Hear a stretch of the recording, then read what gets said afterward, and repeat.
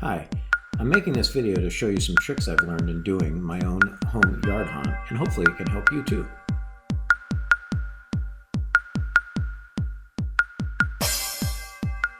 So the first one here is when you're spray painting, you can tear a large sheet of paper in a varied pattern and use the spray paint as I am here to create clouds. I layer the darkest color first and work my way to the lightest tone in several different layers.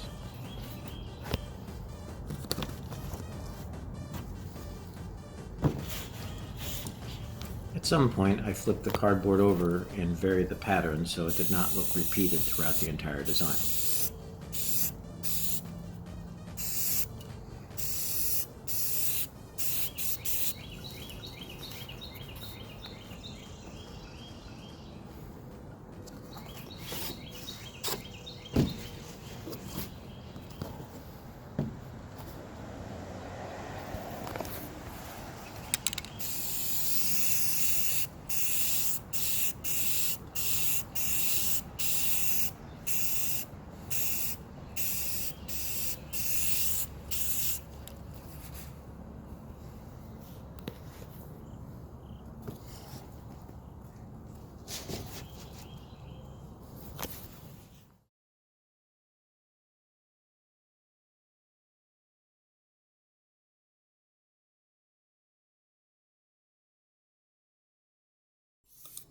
So next I took black to soften the entire design and help it look like it was nighttime.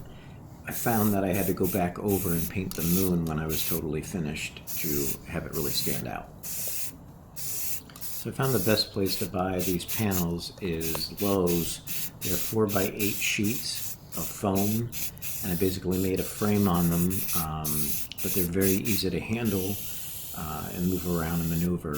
And put up is also very easy in the yard, and if bad weather is coming, you can easily take them down. Okay, so here you can see the final panel as it's hung up with the corn stalks around it. I think it turned out fairly nice. Come there with me. I will not return empty-handed.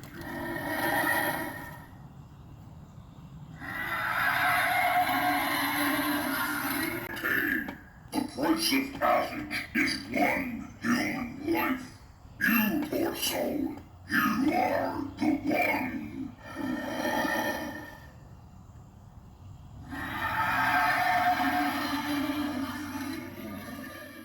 So here is the back of the panel, and I bought those green fence brackets from Home Depot that were about $4 each, and put one on each side of each panel. At some points I put a hinge between the two panels to kind of secure them better, but they really held up well.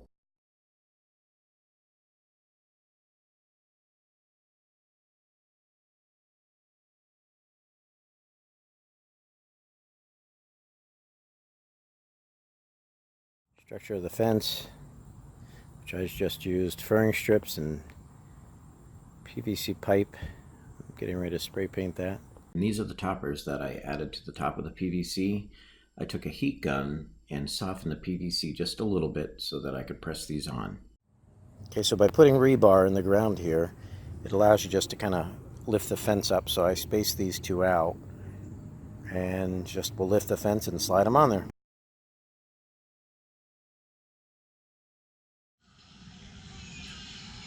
Once I made the fencing, I really tried some different things. I made them different heights, added skulls to them. I cut PVC pipe and added another row to just do a different effect. So there's a lot of different variations that you can do with these. Do you have any brothers or sisters that would like to visit me as well?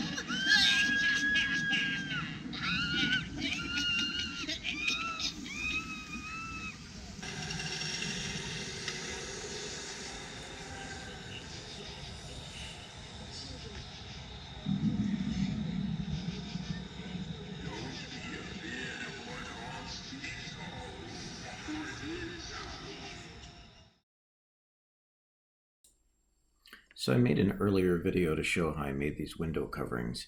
But after I realized using real wood, they were very heavy. So I recreated the wood using foam pieces. What I did was cut the pieces to length first, then cut the ends to make them look like they were really broken or pieces of wood. I painted a base coat that was light and let that dry. Later, I went over it with a dark tone that was wet. I took the faux wood tool and you pull that across the foam, rocking it back and forth, giving long strokes and short, and it makes a wood grain.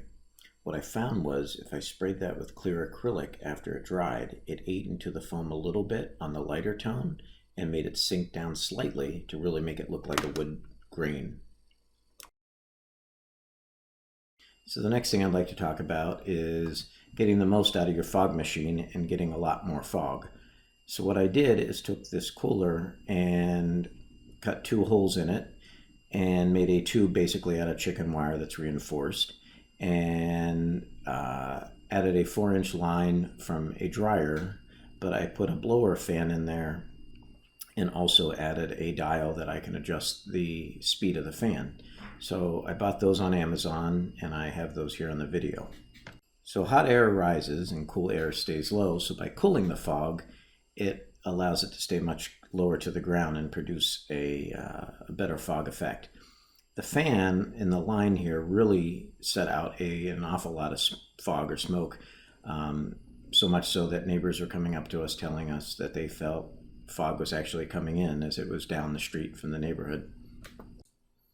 So here's the fan and the control switch that I bought on Amazon and the prices that I paid for them, which I didn't think was too bad. It really created a dramatic effect with the fog machine and producing or blowing out a lot more fog. So here we're just going to do just the fog machine through the cooler without ice.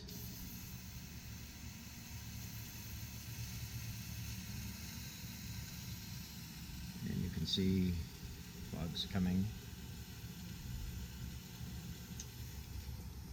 Now I will put the fan on high. You can see it's blowing further out. Okay, so the fan's giving it more volume going that way. And next I will pour the ice into the cooler. And as we know, hot air rises, so when the fog is much cooler, it stays much lower to the ground. Okay, so normally I would fill this completely with ice, but today I just put some in there that will cool the fog down enough. So the fan's still running, and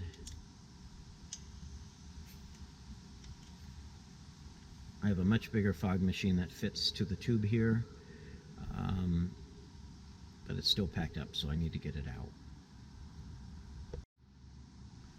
Okay, so the fog machine is heated up and the fan is on. I guess I will turn the fan off first. So the ice is still in there.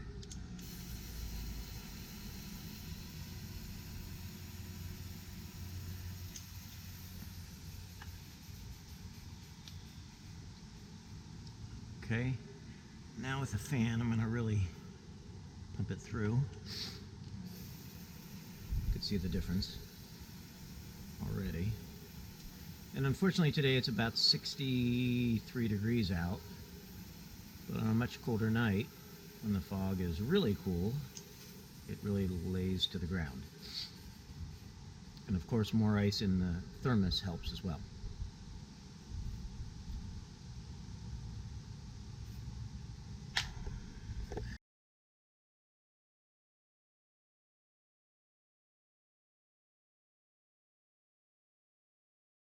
So a quick trick that I figured out for setting up this lab was to use a foldable table and make basically a foam frame that pops right over it.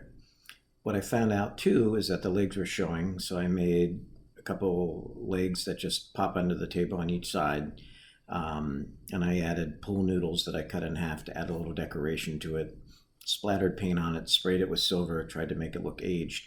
But really, once you have the table open, you can just plop this on, and less than a minute, it looks like it was created from scratch, and it's an easy cover-up.